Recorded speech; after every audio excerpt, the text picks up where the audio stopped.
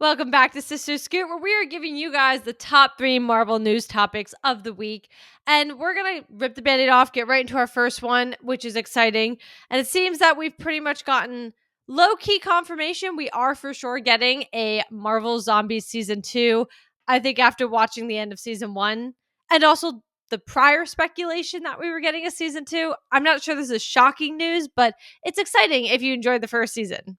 Yeah, I totally agree. I mean, they were talking about a potential season 2, if it performed well and they were happy with kind of how audiences were reacting to it in terms of viewership. Seems like whatever internal threshold they had, we hit it. So they're, greenlighting it. But I also think, or it sounds like they're greenlighting it. It's not 100% confirmed. But I also think you don't write an ending the way you wrote it and then intentionally leave fans hanging, because that's like a surefire way to For sure PO a lot of people. So I don't think there was ever really a doubt in my mind that they were going to do it, but I am glad, to your point, that they're like pretty much confirming it at this point, or really heavily hinting that it's coming. So now it's just a matter of like, when are they going to release it?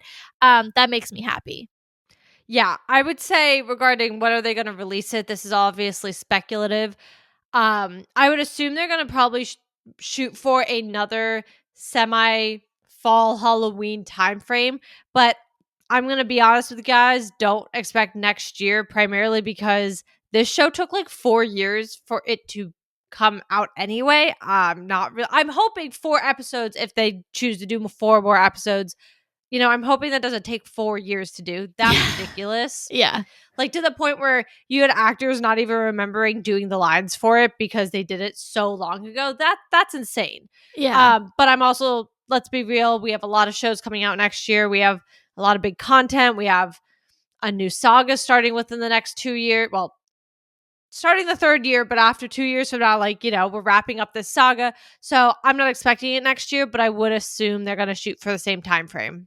Yeah, I think fall 2027, if I had to like lay down my money right now, that would be my guess. So they don't lose momentum, but to your point, like I don't even know when they would fit it in next year, to be honest.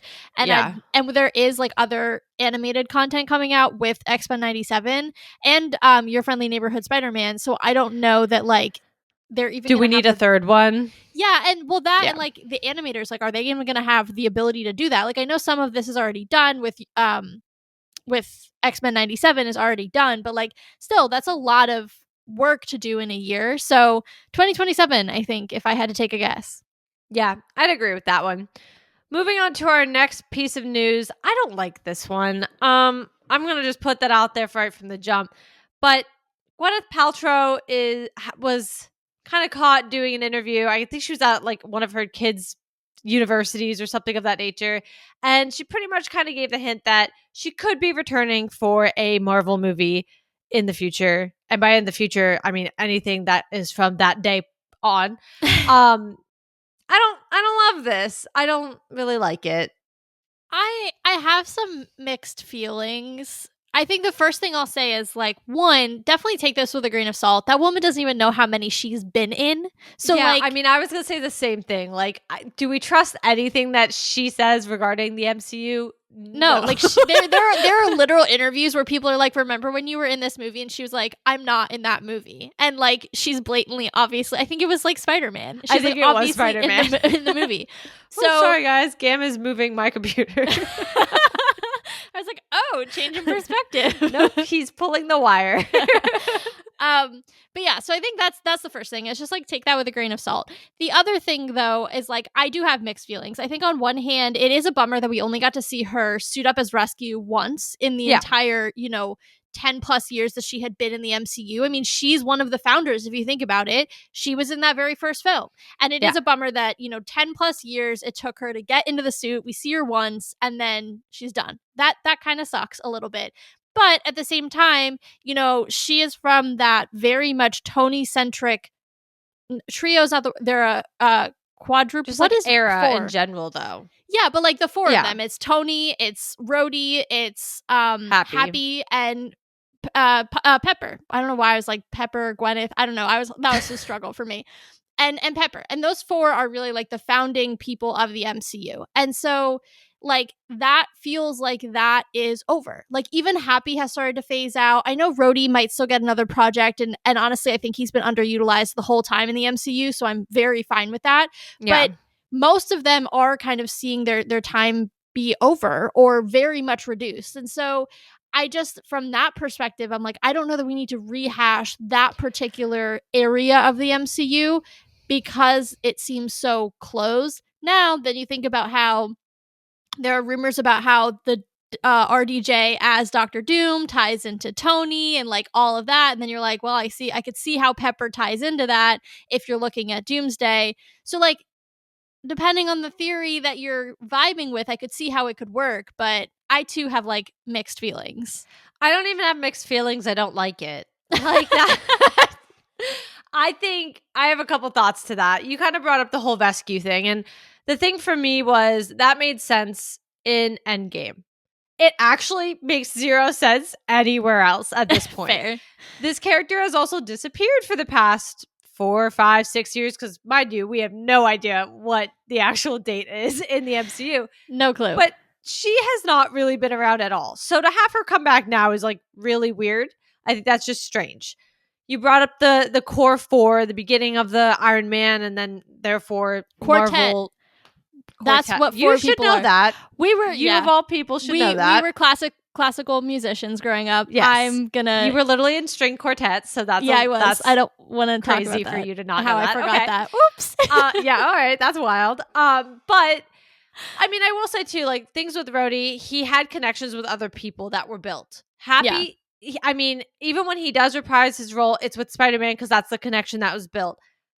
At this point, what was Pepper's additional connection? She really never made much of one, so she doesn't really make sense as a character to come back. I mean, I don't really feel like we're really focusing on the whole Tony's legacy thing anymore because, I mean, you can't drag that out for 17 years. So we did that, and now that's moving forward. Even the like OG6 legacy and everything with the original Avengers, we've moved forward in phase 4 or in phases 4, 5, and 6. But in this saga, and we have bigger things to worry about. You bring up Doomsday. Listen, there's so many things that have to happen in that movie. The last thing I'm worried about is figuring out how RDJ playing Doomsday and Tony has to play a role. Like the only person I expect to have that maybe be a factor, and we don't even know if he's in Doomsday, is Spider-Man. Like I don't have time for Pepper Potts. There are 17 million people in that movie, and she does not need to be one of them, personally. Yeah, I don't disagree. I mean, look, maybe she has a small cameo and that's what she counts, but she doesn't seem to remember her cameos, so who knows? Well, and you know what? If she's a cameo in order to, because I know there's always been rumor about the future of Morgan and things like that. So if she plays a small cameo there to kind of just place the bricks so that, you know, in a couple years we are able to get Morgan Stark and it's not as weird and she doesn't just come out of being not there for all these years. Like there's something. Fine, maybe, but it's definitely if you would have told me, I would have been covering the fact that Gwyneth Paltrow is talking about possibly being in another Marvel movie. I would have laughed. Like I know. When you sent me the topics, I was like, what? Because I didn't see this one online this week. So I was like, there's no way this is true right now. Totally left field. But again, she doesn't actually know what's going on. So like, there's also that. Yeah. So and I say that with love. Like I have no disrespect for her. She just like canonically does not know what she is or is not in, even after the fact. So like, correct. Just even take it with a after grain she of salt. Walks the carpets sometimes. She's like, I was in that? Who would have thought? I mean, I guess when you've had a career like hers, they all kind of run together. That's fair. That's fair.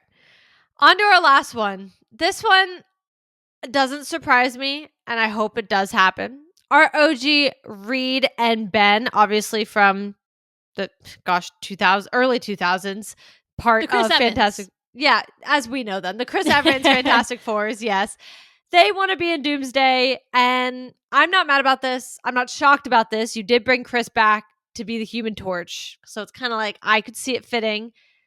But we do have a busy Doomsday, so we can't do fan service to everybody. Yeah, it is definitely going to be a balancing act. I mean, you already also have the early 2000s not Fantastic Four, X-Men as well, who sounds like they might play a pretty decent sized role in this film. So I honestly think it's kind of, I'm imagining it maybe a little bit of an expanded version of what we did in MOM, where you're going to different universes. Maybe you're spending 5-10 minutes there, whatever, and like that's fine. I also think that it's interesting because Chris's version of Johnny Storm is not actually there. He was in the void and now he's dead. So there are Yeah. a lot of things, not to say that other Johnny Storms cannot be played by Chris. It's an infinite multiverse. There are so many options. But, you know, I would like to, because I think we've done so much to include a lot of these pre-MCU projects in the larger canon. I mean, obviously Deadpool and Wolverine did a huge amount of that in that film. So I would kind of like to see some of the other characters join in, even if it's for short stints. But then again, to your point, like, is this going to be a 4-hour movie? Where's the actual plot? We don't know what the actual plot Yeah. is. So, like, where does this fit in and how does that work? If it's done well and it's done in the style of Deadpool and Wolverine, and by that I mean like balancing fan service and actual plot and moving the storyline forward really well, I'm all for it. If it goes in the direction of just like, we're here to have this fan service and we just want you to cheer, but it doesn't actually have any value, then it's kind of like, all right, well, what was the point and why am I here? And like, can we just get on with the actual story? Because Yeah. there's a lot of story still to tell. Yeah. I think my big concern, I mean, obviously, there have been repeat characters before. I think I struggle a little bit because we just got our Fantastic Four. And so I struggle a little bit because, and obviously, I'm sure there are other examples, but off the top of my head, I'm thinking like, we got Chris's Human Torch back before we got our own Human Torch. We've Yeah. gotten all the X-Men back before we're getting our X-Men. And so I feel like when you have some of that, it's a lot easier to do the callbacks. I mean, same with Blade. That was by accident. But same with Blade. Like, we got to see Wesley Snipes come back before we saw our Blade. On the So, reverse, though, you do have Jennifer Garner coming back after the Elektra from the Daredevil show. So you do have some examples of it going the opposite yes, way. but I would argue that's like barely counts because that was Netflix doing that. I But know it's they're been canon now, canonized. but it was Netflix's decision to do that, not Yeah, Marvel's. So fair. I would say, and also that just feels very different. That's not the same level of like, oh, like then the Fantastic Four would be to me, or like Fair. the mutants, having the X-Men come in. So I do say like there is a little bit more weight on some of these other characters. That's why I'm not as sure about it, just because again, like we just got our Fantastic Four and I'd like to see them shine in these movies. They're supposed to be. It's Doom's movie. Whose villain is Doom? Like let's put it all together. So I'm a little unsure, but to your point, if it's done correctly, I won't complain. I mean, everybody's been getting their moments. Give them their moment. Agreed.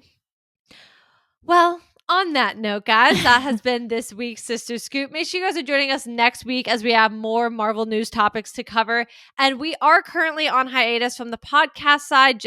We have a lot going on lately. There's been some big things happening for Taylor, especially that we just got to get through the next couple weeks. So we're taking a little bit of a break on the podcast side, but don't worry, Sister Scoop is still coming to you guys every single week. So make sure you guys are back and we'll see you guys next week. Bye.